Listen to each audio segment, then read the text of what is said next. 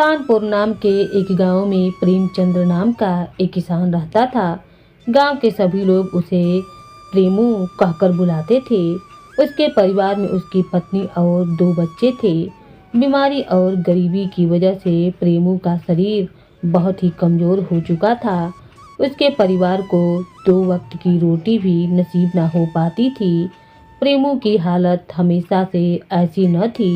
एक समय वह भी था जब वह परिवार बहुत ही खुशहाल और भरा पूरा रहता था। लेकिन 2 साल पहले गांव में महामारी फैल गई, जिसमें कई लोगों की जान भी चली गई। प्रेमू भी उस महामारी के चपेट में आ गया, परंतु भगवान की दया से वह मरा तो नहीं, लेकिन बीमारी ने उसे जीने लायक भी न छोड़ा। महामारी तो गांव से खत्म हो गई, परंतु प्रेमू के परिवार के लिए वह दुख और तकलीफें छोड़ गई, क्योंकि इस बीमारी के कारण अच्छा खासा हट्टा खट्टा प्रेमू अब एक कमज़ोर और बीमार आदमी बन चुका था।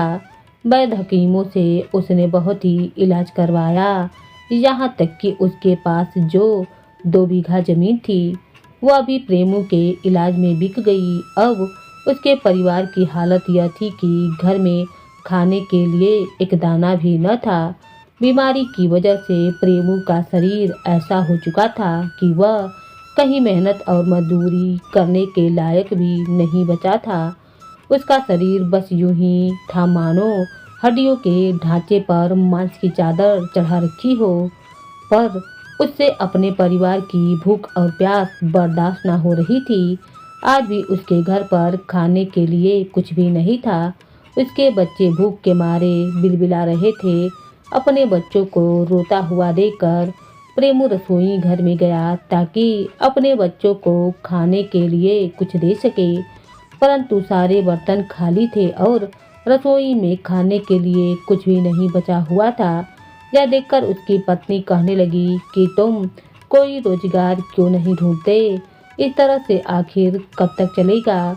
प्रेमू कहने लगा, मैंने जिंदगी में कभी भी कोई लापरवाही नहीं बरती, लेकिन बीमारी ने मुझे बहुत ही कमज़ोर कर दिया है। अब मैं कामकाज के काबिल नहीं रहा, या तो तुम भी जानती हो। पत्नी की बातें सुनकर प्रेमू बहुत ही परेशान हुआ और घर में कुछ तलाश करने लगा। आखिर उसने घर में एक लंबी रस्सी तलाश कर ली और कहने लगा कि मैं इस रस्सी को बेचकर आता हूँ ताकि बच्चों के लिए कुछ खाने पीने का इंतजाम कर सकूँ। प्रेमू की बातें सुनकर उसकी पत्नी कहने लगी, आज तो खा लेंगे, लेकिन कल क्या करेंगे? प्रेमू कहने लगा, कल का मालिक तो मेरा परमात्मा है, वह कुछ ना कुछ इंतजाम कर ही देगा। फिर प्रेमू ने रस्सी उठाई और परमात्मा के भरोसे वह बाजार में निकल गया। उसने काफी देर तक बाजार में आवाजें लगाईं। आखिरकार उसे एक ग्राहक भी मिल गया। ग्राहक बोला, मैं तुम्हें इस रस्सी के 5 आने दे सकता हूँ। प्रेमू ने कहा, लेकिन इस रस्सी की कीमत इससे कहीं ज़्यादा है। मैंने कुछ ही दिनों पहले इसे 10 आने में खरीदा था। अब ग्राहक समझ चुका था कि प्रेमू अपनी किसी ज़रूरत के लिए इस रस्सी को बेचना चाहता है। वह कहने लगा कि मैंने जो इस रस्सी की कीमत लगाई है वह बिल्कुल ठीक है। अगर तुम रस्सी बेचना ही चाहते हो तो रस्सी को मेरे हवाले करो और 5 आने ले लो, वरना जाओ कोई दूसरा ग्राहक ढूंढ लो। मरता क्या ना करता।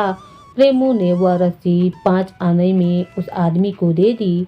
वह रकम लेकर अपने घर की तरफ रवाना हुआ ताकि अपने बीवी बच्चों के लिए कुछ खाने पीने का सामान ले सके। अचानक उसने रास्ते में 2 लोगों को देखा जो आपस में लड़ झगड़ रहे थे।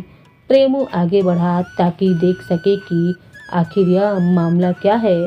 जब वह नज़दीक पहुंचा तो उसने देखा कि एक नौजवान ने एक बुढ़े का गला पकड़ रखा है और उसे अपने साथ ले जाना चाहता है, और वह बुढ़ा अपनी जान छुड़ाने के लिए हाथ पैर मार रहा था। प्रेमू ने उस नौजवान से पूछा कि आखिर तुम इस बुढ़े को कहाँ ले जाना चाहते हो? जरा इसकी उम्र तो देखो, यह तुम्हारे बाप की उम्र का है। क्या इसके साथ ऐसा बर्ताव करना ठीक है? वह बुढ़ा, जो बहुत ही मजबूर था, वह प्रेमू से कहने लगा, देखो भाई, यह नौजवान मुझे सिर्फ 5 आने के लिए कोतवाल के पास ले जाना चाहता है ताकि मुझे कैद खाने में डलवा सके। अब तुम ही बतलाओ, क्या परमात्मा यह चाहेगा कि मैं जो इतने सालों से इस नगर में इज्जत की जिंदगी बिता रहा हूँ, सिर्फ 5 आने के लिए कैद खाने चला जाऊँ? प्रेमू ने उस बुढ़े की बातें सुनी और सोचने लगा, क्या ऐसा भी हो सकता है कि कोई आदमी मुझसे भी ज़्यादा ज़रूरतमंद हो? अगर यह बुढ़ा कैद खाने चला गया तो इसकी बीवी और बच्चों का खर्च कौन उठाएगा? यही सोचकर प्रेमू ने अपनी जेब से 5 आने निकाले और उस जवान को देते हुए कहा, यह लो नौजवान, तुम्हारे 5 आने, अब तुम इस बुढ़े को छोड़ दो। पैसे लेकर नौजवान वहां से चला गया तो वह बुढ़ा आदमी भी अब समझ चुका था।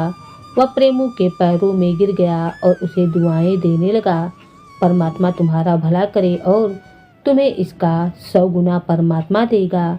उस बुढ़े आदमी की दुआएं सुनते सुनते प्रेमू भी अपने घर की तरफ वापस चल पड़ा। चलते चलते प्रेमू यह सोच रहा था कि अब मजबूरन मुझे खाली हाथ ही घर वापस लौटना पड़ेगा, लेकिन दिल ही दिल में उसे यह तसल्ली भी थी कि गरीब के बावजूद उसने एक नेकी का काम किया है। यही सोचते सोचते प्रेमू अपने घर पहुंचा।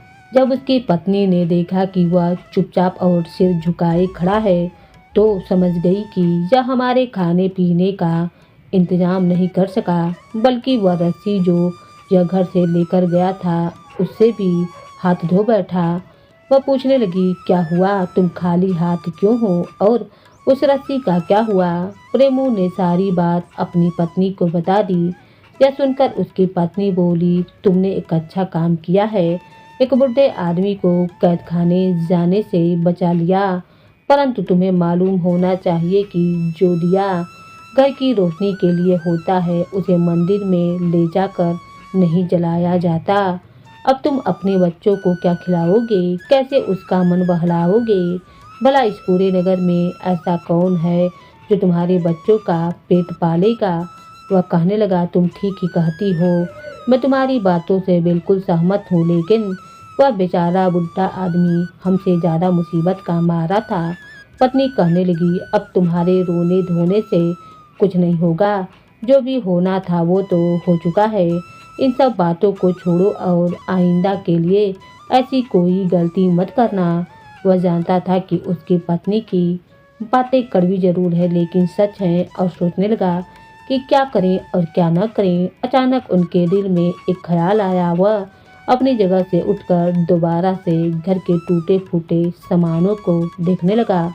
वह कभी इधर देखता तो कभी उधर देखता, लेकिन उसे कोई भी ऐसी चीज ना मिली जो वह बेच सके। इसीलिए वह परेशान होकर वापस अपनी जगह पर खड़ा हो गया। अचानक उसे एक पुराना बिस्तर नजर आया जो बच्चों के बिछौने के लिए इस्तेमाल होता था। उसने अपनी पत्नी से कहा कि मैं इसी बिस्तर की तलाश में था, तुम कहो तो मैं इस बिस्तर को बेच आता हूँ। पत्नी कहने लगी, बच्चे तो भूखे हैं लेकिन तुम उनका यह पुराना बिस्तर भी छीन लेना चाहते हो। प्रेमू कहने लगा, अच्छा हुआ कि तुमने खुद ही कह दिया कि बच्चे भूखे हैं, इसीलिए ज़रूरी बात यह है कि इनके खाने पीने का इंतजाम किया जाए। पुराने बिस्तर के होने या न होने से क्या फ़र्क पड़ जाएगा। उसकी पत्नी ने जब यह देखा कि इस बिस्तर की खेमू की नज़रों में कोई कीमत नहीं है तो आंसू बहाने लगी। ठीक है, समेट लो इसे और बेच डालो, लेकिन याद रखना इसे अच्छे दामों पर बेचना ताकि कुछ दिनों तक तो हमारे बच्चों का पेट भर सके। प्रेमू के पास अब कहने को कोई बात न थी, इसीलिए उसने अपना सिर झुकाया, चुपचाप बिस्तर को लपेटा और घर से बाहर निकल गया। वह चलता गया और फिर एक ऐसे बाजार में पहुंच गया जहां पर नई और पुरानी चीज़ों का व्यापार होता था। प्रेमू ने उस बिस्तर को बेचने के लिए आवाज़ लगाई, परंतु बहुत कम ही खरीदार उसकी तरफ आ रहे थे। उन्होंने उस बिस्तर को उलट पलट कर देखा, उसमें कई तरह की कमियां निकली और फिर आगे बढ़ गए। आखिरकार एक ऐसा खरीदार भी आ गया जिसे वह बिस्तर पसंद आ गया। उस आदमी ने इस बिस्तर की कीमत पूछी तो प्रेमू कहने लगा 10 आने। उस आदमी को शायद उस बिस्तर की उतनी ज़रूरत न थी, इसीलिए जब उसने 10 आने सुने तो कहने लगा भला इस फटे पुराने बिस्तर के लिए वह कौन आदमी होगा जो 10 आने खर्च करेगा। यही कहकर वह खरीदार आगे बढ़ गया और फिर प्रेमू दूर से जाने लगा। लेकिन प्रेमू भागकर उसके पास गया। उसने उस आदमी का हाथ पकड़ा और कहने लगा हुजूर ऐसा जुल्म न करें, मुझे पैसों की ज़रूरत है, इसीलिए मैं इससे कम कीमत पर भी आपको यह बिस्तर बेच दूंगा। आखिरकार उसने वह बिस्तर 6 आने में बेच दिया और फिर पैसे लेकर अपने घर की तरफ रवाना हो गया। वह रास्ते में सोच रहा था कि आखिर इन पैसों का अपने बच्चे के लिए क्या खरीदूं जिससे उनका पेट भी भर जाए और उनका मन भी बहल जाए। लेकिन तभी उसे अचानक एक बुढ़िया की आवाज़ सुनाई दी। प्रेमू वहीं पर रुककर खड़ा हो गया। उसने देखा कि उस बुढ़िया ने अपने जवान बेटे का हाथ पकड़ा हुआ था और उससे कह रही थी कि मैं हकीम के पास ले चलो। वह नौजवान उस बुढ़िया से अपना पाना चाहता था और वह कह रहा था माँ मुझे जाने दे, मैं तेरे इलाज के लिए रकम कहाँ से लेकर आऊँ। प्रेमू ने जब उनका यह झगड़ा देखा तो आगे बढ़ा और उनसे झगड़े की वजह पूछने लगा। बुढ़िया कहने लगी मैंने अपने इस बेटे को पालने के लिए दिन रात एक करके मेहनत की, परंतु आज जब मैं बुढ़ी हो चुकी हूँ तो यह मुझे किसी वैद्य हकीम के पास नहीं ले जाता है। वह नौजवान कहने लगा मैं इस बात से सहमत हूँ कि मेरी माँ ने बड़ी ही तकलीफ़ों से मुझे पाला और मुझे पोसा है, मुझे जवान किया है, लेकिन मैं मजबूर हूँ। मेरे पास इतनी रकम नहीं है कि मैं अपनी माँ को हकीम के पास ले जा सकूं। प्रेमू ने जब यह सुना तो वह कुछ परेशान सा हो गया और फिर उसने अपनी सारी रकम यानी कि 6 आने अपनी फटी पुरानी चादर से निकाले और उस नौजवान को दे दिए। उस नौजवान को प्रेमू के इस कार्य पर विश्वास ही नहीं हो रहा था। उसने चाहा कि वह प्रेमू के कदमों में गिर पड़े, लेकिन प्रेमू ने उसे ऐसा करने से रोक दिया और कहने लगा मेरे दोस्त तुम अपनी ज़रूरत पूरी करो और अपनी माँ का इलाज करवाओ। इसके बाद वह दोनों माँ बेटे वहाँ से चले गए और प्रेमू वापस तरह तरह के ख्यालों में खो गया। वह बेचारा बहुत ही हैरान और परेशान था, इधर देख रहा था। कुछ देर के बाद वह अपने घर की तरफ चल पड़ा, लेकिन भूख और बीमारी की वजह से उसे चला भी नहीं जा रहा था। लेकिन फिर भी वह अपने घर जाने को मजबूर था। गिरता पड़ता वह किसी तरह से अपने घर पहुंचा। उसने दरवाजे पर दस्तक दी। उसकी पत्नी और बच्चे इसी इंतजार में थे, इसीलिए उसकी पत्नी ने फौरन दरवाज़ा खोल दिया। उसकी पत्नी के चेहरे पर खुशी साफ झलक रही थी, लेकिन जब उसने अपने पति के चेहरे पर मायूसी देखी तो उसकी खुशी भी काफूर हो गई। पत्नी कहने लगी अरे यह तुमने क्या किया, तुम एक बार फिर से खाली हाथ वापस लौट आए हो। प्रेमू ने जब अपनी पत्नी को गुस्से में देखा तो उसे सारी बात बता दी।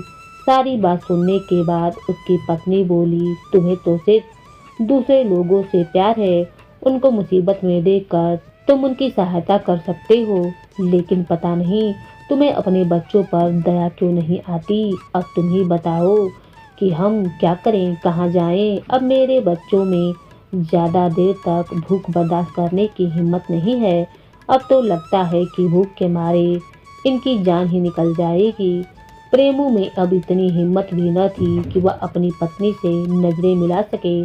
कहने लगा मेरा परमात्मा सब कुछ जानता है, अगर तुम भी उस बुढ़ी औरत की फरियाद सुनती तो तुम भी वही करती जो मैंने किया है।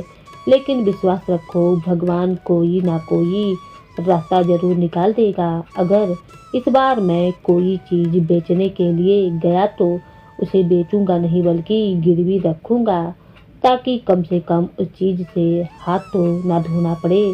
पत्नी कहने लगी क्या तुम्हारे घर में कोई ऐसी चीज़ बची भी है जिसे तुम गिरवी रख सको। प्रेमू अपने घर में इधर उधर देखने लगा और फिर बोला वह सुराही कैसी रही। वह सुराही तुम मुझे दे दो ताकि इसके बदले में मैं कोई छोटी सुराही खरीद दूं और साथ ही कुछ खाने पीने का सामान भी लेकर आऊं। उसकी पत्नी, जो पहले से ही गुस्से में थी, वह कहने लगी, अब तुम इस सुराही से भी हाथ धो लो।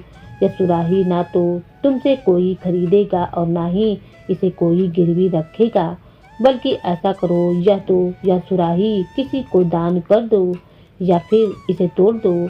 मासूम प्रेमू आगे बढ़ा और उसने सुराही उठा ली। कहने लगा, देखो, मुझे इतना बेइज्जत मत करो, मैं यह सब कुछ अपने बच्चों के लिए ही तो कर रहा हूँ। इसके बाद प्रेमू ने वह सुराही उठाई और बाजार की तरफ निकल गया। बाजार में पहुंचने पर वह सबसे पहले एक साहूकार के पास गया और उससे कर्ज मांगने लगा।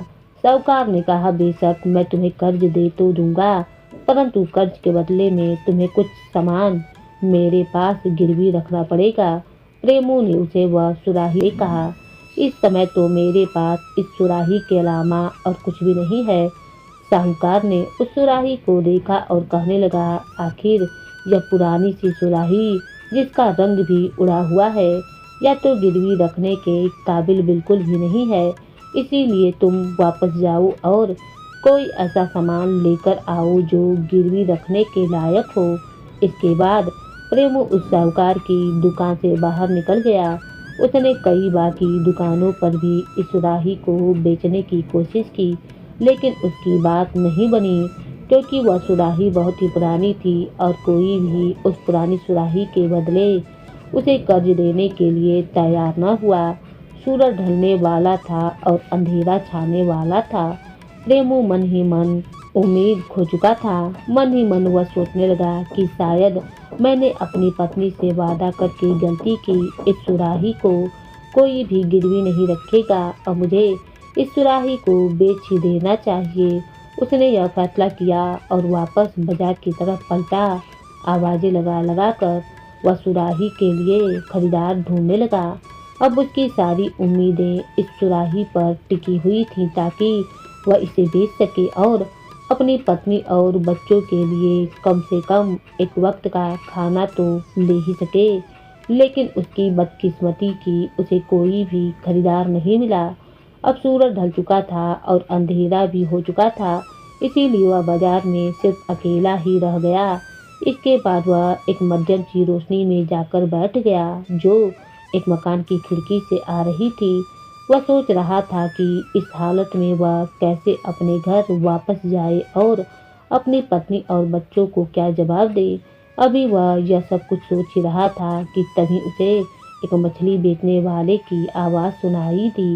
यह मछली बेचने वाला भी प्रेमू की तरह ही गरीब और परेशान था, इसीलिए वह भी उसी जगह पर आकर बैठ गया जहाँ पर प्रेमू बैठा हुआ था।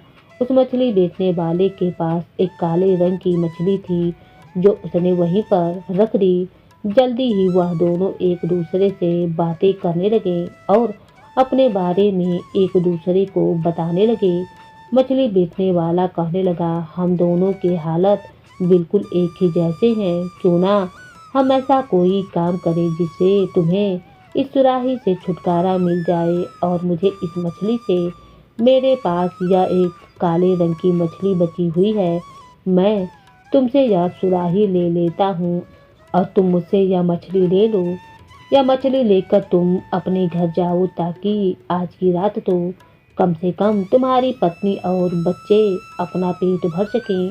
प्रेमू ने कुछ सोचा और फिर कहने लगा, हमारे पास इसके अलावा और कोई चारा भी तो नहीं है। बजाय इसके कि मैं खाली हाथ अपने घर आ जाऊं, कम से कम एक मछली तो मेरे पास होगी। अब प्रेमू एक छोटी सी मछली का मालिक बन गया, लेकिन मछली बेचने वाले को उसके बदले में एक बड़ी सी सुराही मिल चुकी थी। मछली बेचने वाले ने जल्दी से वह सुराही ले ली और अपने घर की तरफ रवाना हो गया। वह छोटी सी काली मछली अब प्रेमू के पास आ चुकी थी। प्रेमू उस मछली को लेकर अपने घर की तरफ चल पड़ा। बेचारा प्रेमू आँख भरते हुए और आंसू बहाता हुआ अपने घर की तरफ चल पड़ा। उसने बड़े ही मायूस दिल से अपने घर पर दस्तक दी। उसकी पत्नी ने दरवाज़ा खोला। प्रेमू जानता था कि उसकी पत्नी और उसके बच्चे उसी का इंतजार कर रहे थे। वह घर में दाखिल हुआ और उसने अपनी पत्नी और बच्चों के सामने वह काले रंग की मछली रख दी और इंतजार करने लगा कि उसकी पत्नी क्या कहती है। हालांकि यह मछली छोटी सी थी। प्रेमू कुछ देर तक चुप रहा और फिर बोला कि मैंने वह सुराही गिरवी ना रखी, बल्कि उसके बदले में इस मछली को लिया है। यह सुनकर उसकी पत्नी, जो कि मछली को देखकर बड़ी ही खुश थी, लेकिन यह बात सुनते ही उसके चेहरे का रंग बदल गया। वह कहने लगी, क्या तुमने वह सुराही देकर यह मछली ले ली? अब हमारे घर में बचा ही क्या है? तुमने तो जाने से पहले मुझसे यह वादा किया था कि तुम वह सुराही बेचोगे नहीं, बल्कि उसे गिरवी रखोगे। प्रेमू सिर झुकाए अपनी पत्नी की बातें सुन रहा था। कह सका कि उस सुराही गिरवी रखने को मजबूर था, इसीलिए मुझे सुराही के बदले में यह मछली देनी पड़ी।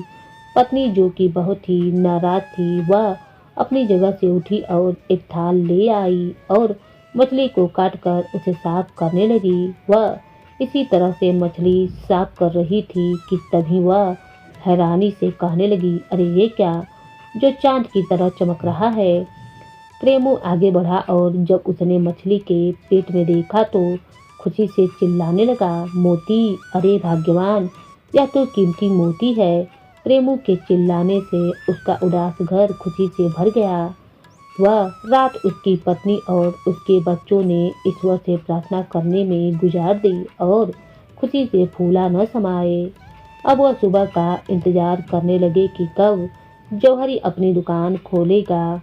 अभी जौहरी ने अपनी दुकान खोली ही थी कि उस जौहरी के पास पहुंच गया। उसे उस मोती के बदले में असफियों से भरी हुई 2 थैलियां मिल गईं। इस बार वह खाली नहीं था, बल्कि उसके दोनों हाथों में असफियों से भरी हुई थैलियां थीं। इस दौलत से उसने अपने लिए एक अच्छा सा मकान बनाया, जिसमें सुख सुविधा का सारा सामान इकट्ठा किया गया। अब प्रेमू कोई गरीब आदमी नहीं था, बल्कि वह एक अमीर सेठ बन चुका था। अब तो प्रेमू के दिन बदल चुके थे। उसके घर में किसी चीज़ की कोई कमी न थी। खाने के लिए बादाम, पिस्ता, दूध, दही सब कुछ था। अच्छी खुराक मिलने से उसके बीमार शरीर में भी अब नई ताकत आने लगी थी। 6 महीने बीतते बीतते प्रेमू की पूरी तरह से काया बदल चुकी थी। वह अब पहले वाला कमजोर और बीमार प्रेमू नहीं, बल्कि स्वस्थ और तंदुरुस्त प्रेमू था। चेहरे पर लाली, होठों पर मुस्कान, साफ सुथरे कपड़े अब उसकी पहचान बन चुके थे। परंतु दिल से प्रेमू आज भी वही पुराना प्रेमू था, जिसके मन में दूसरों के लिए दया और प्यार भरा हुआ था। इन 6 महीनों के दौरान उसके पूरे परिवार की कायाकल्प हो चुकी थी। पूरे इलाके में यह बात फैल चुकी थी कि प्रेमू को एक मछली के पेट से मोती मिला, जिसे बेचकर उसकी जिंदगी बदल गई। होते होते यह बात उस मछली बेचने वाले तक भी पहुंच गई, जिसने वह मछली प्रेमू को सुराही के बदले में दी थी। जब उसे इस बात का पता चला कि उसकी दी हुई मछली से प्रेमू अमीर आदमी बन गया है, तो उसने मन में विचार किया कि क्यों ना मैं प्रेमू के पास जाऊं और उस मछली के बदले में कुछ और रकम मांगूं, क्योंकि उसकी दी हुई मछली की वजह से आज प्रेमू एक सेठ बन चुका था। यही सोचकर वह मछली बेचने वाला अगले दिन प्रेमू के घर जा पहुंचा। जब प्रेमू ने उसे देखा तो देखते ही उसे पहचान लिया और अपने स्वभाव के मुताबिक उसने मछली वाले को देखते ही कहा, आओ मित्र, कैसे हो तुम? तुम्हारी वजह से ही आज मेरी किस्मत बदल चुकी है। प्रेमू ने उसकी खूब खातिरदारी की और फिर जब वह दोनों बातें करने बैठ गए तो मछली बेचने वाला कहने लगा, प्रेमू भाई, मेरी दी हुई मछली के कारण ही तुम एक सेठ बन गए हो। उसी में से तुम्हें कीमती मोती मिला था, तो क्या मुझे इनाम में कुछ मिलना नहीं चाहिए? उसकी यह बातें सुनकर प्रेमू एक पल के लिए हैरान तो हो गया, परंतु फिर मुस्कुराते हुए कहने लगा, हाँ दोस्त, तुम्हारे साथ मैंने जो सौदा किया था उसी की वजह से मैं आज इतना मालदार हो गया हूँ। तुम यहीं पर ठहरो, मैं अभी तुम्हारे लिए कुछ लेकर आता हूँ। यही कहते हुए प्रेमू अंदर गया और एक थैली लेकर बाहर आया। वह थैली उसने मछली बेचने वाले को दे दी और कहने लगा, मित्र, इसमें पूरी 100 सोने की असरफियाँ हैं। मेरे ख्याल में इतनी रकम इनाम के तौर पर तुम्हारे लिए काफ़ी रहेंगी। उस आदमी ने जब असरफियों से भरी हुई थैली देखी तो उसकी आंखों में चमक आ गई, लेकिन उसके मन में अब लालच भी आ चुका था। वह कहने लगा, प्रेमू भाई, तुम सिर्फ 100 असरफियाँ देकर मुझे बहलाना चाहते हो। तुमने वह मोती बेचकर जो दौलत हासिल की उसका आधा हिस्सा मुझे चाहिए। यह सुनकर प्रेमू के चेहरे का रंग उड़ गया। वह कहने लगा, देखो भाई, वैसे तो उस सौदे में मछली के बदले तुम्हें मैं सुराही दे चुका हूँ, लेकिन यह तो मेरी भलमनस्ता है कि मैं तुम्हें 100 असरफियाँ और दे रहा हूँ।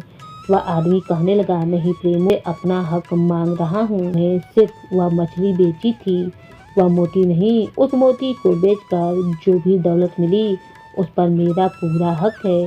जब दोनों के बीच इस बात को लेकर बहस होने लगी तो आस पड़ोस के लोग भी वहां पर इकट्ठा हो गए। आखिर में फैसला यह हुआ कि वे दोनों अपने मुकदमे को लेकर राजा के दरबार में जाएंगे और राजा ही इस बात का सही फैसला करेंगे। प्रेमू और वह आदमी दोनों राजा के दरबार में पहुंचे।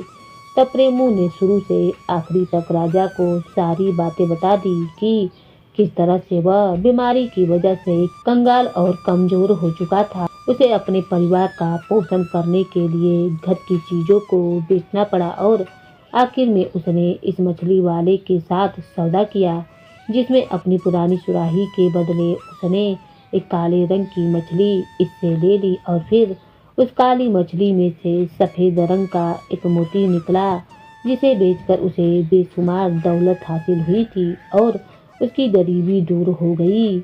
आज 6 महीने के बाद यह आदमी मुझसे उस मोती की हिस्सेदारी मांगने आया है। सारी बातें सुनने के बाद राजा ने उस मछली बेचने वाले से पूछा कि प्रेमू जो भी बातें कर रहा है क्या वह सच है? तुमने इसे काले रंग की मछली दी थी? उस आदमी ने कहा, जी महाराज, सारी बातें बिल्कुल सच हैं। मैंने ही इसे काले रंग की मछली दी थी और इसके बदले में एक सुराही मैंने ले ली थी, परंतु मैंने सिर्फ मछली बेची थी, उसके पेट में जो मोती था वह नहीं। राजा ने पूछा, क्या तुम खुद मछलियाँ पकड़ते हो? वह आदमी कहने लगा, नहीं हुजूर, मैं तो सिर्फ मछलियाँ बेचता हूँ। मैं इन्हें मछुआरों की बस्ती में से एक मछुआरे से खरीद कर लाता हूँ। तब राजा ने कहा, अगर मछली के पेट में से निकले हुए मोती पर तुम अपना हक जता रहे हो तो मेरे हिसाब से इसमें एक हिस्सेदार और बनता है, और वह है मछुआरा जिसने इस मछली को पकड़ा था। मुझे कोई भी फैसला देने से पहले उस मछुआरे की गवाही भी लेनी पड़ेगी। इसीलिए तुम जाओ और कल दरबार में उस मछुआरे को लेकर हाजिर हो जिससे तुमने यह मछली खरीदी थी। इसके बाद राजा ने दोनों को वापस भेज दिया। मछली बेचने वाला वह आदमी अब दुविधा में पड़ चुका था, लेकिन फिर भी वह राजा के कहने पर मछुआरे की बस्ती में जा पहुंचा। उसने उस मछुआरे को ढूंढने की कोशिश की जिसने 6 महीने पहले उसने वह मछली खरीदी थी, परंतु काफ़ी ढूंढने के बाद भी वह मछुआरा उसे नहीं मिला। अगले दिन वह फिर से दरबार में पहुंचा और उसने कहा, महाराज, मैंने काफ़ी ढूंढने की कोशिश की परंतु मुझे वह मछुआरा कहीं पर नहीं मिला। राजा ने कहा, अगर ऐसी बात है तो मुझे यह फैसला प्रेमू के पक्ष में ही सुनाना होगा। यह सुनकर वह आदमी कहने लगा, महाराज, मुझे एक दिन का वक्त और दीजिए, मैं जैसे भी करके उस मछुआरे को ढूंढ कर लाऊंगा। उस दिन वह आदमी फिर से मछुआरों की बस्ती में गया और उस मछुआरों को ढूंढने लगा, परंतु उसे निराशा ही हाथ लगी। तब उसने सोचा कि अगर मैं किसी दूसरे मछुआरे को अपने साथ ले जाऊं और वह राजा के सामने यह झूठी गवाही दे और कह दे कि मैंने उससे ही मछली खरीदी है तो बात बन सकती है। यही विचार आने के बाद उस आदमी ने एक मछुआरे को इस बात के लिए राजी कर लिया कि वह राजा के दरबार में यही गवाही देगा कि वह मछली उसने ही उस मछली बेचने वाले को बेची थी। आखिर अगले दिन जब दरबार लग गया तो प्रेमू व मछली बेचने वाला और वह गवाही देने के लिए मछुआरा तीनों राजा के सामने हाजिर हुए।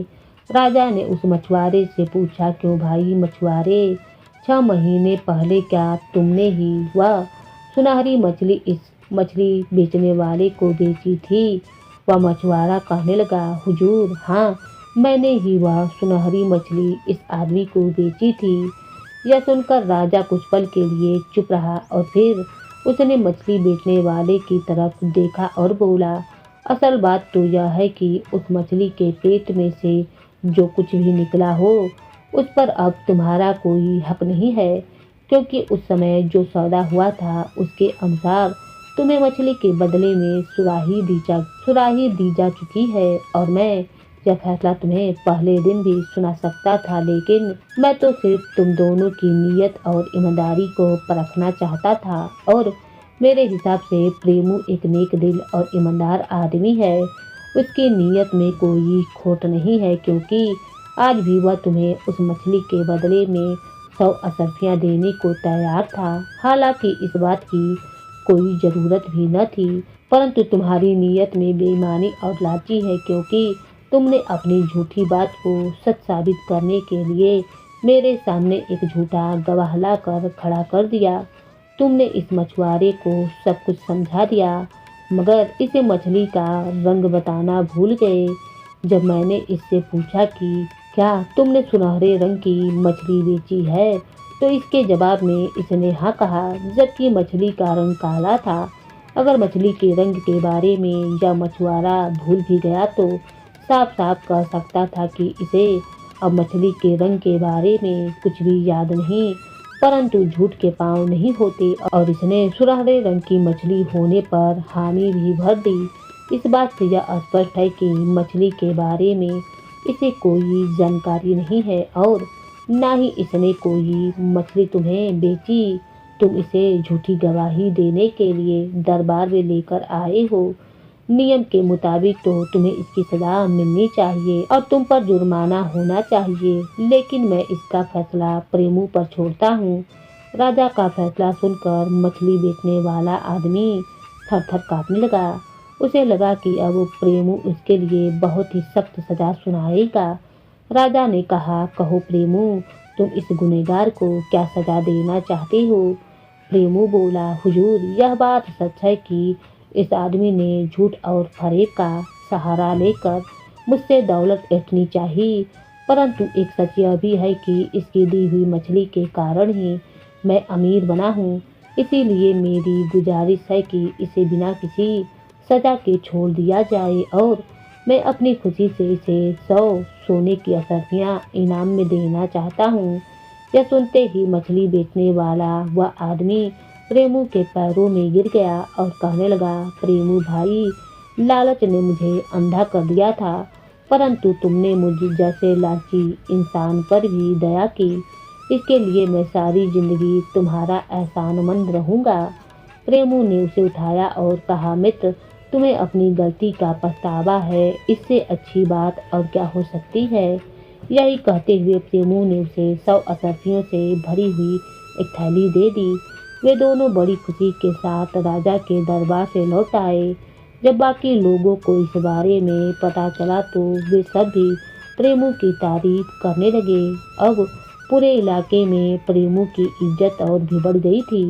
तो दोस्तों, मुझे पूरी उम्मीद है कि यह रोचक और जानकारी भरी कहानी आपको बहुत अच्छी लगी होगी। इसीलिए आपसे निवेदन है कि ऐसी दिलचस्प कहानियाँ देखने के लिए चैनल पर जरूर आएं और चैनल को सब्सक्राइब जरूर करें। धन्यवाद।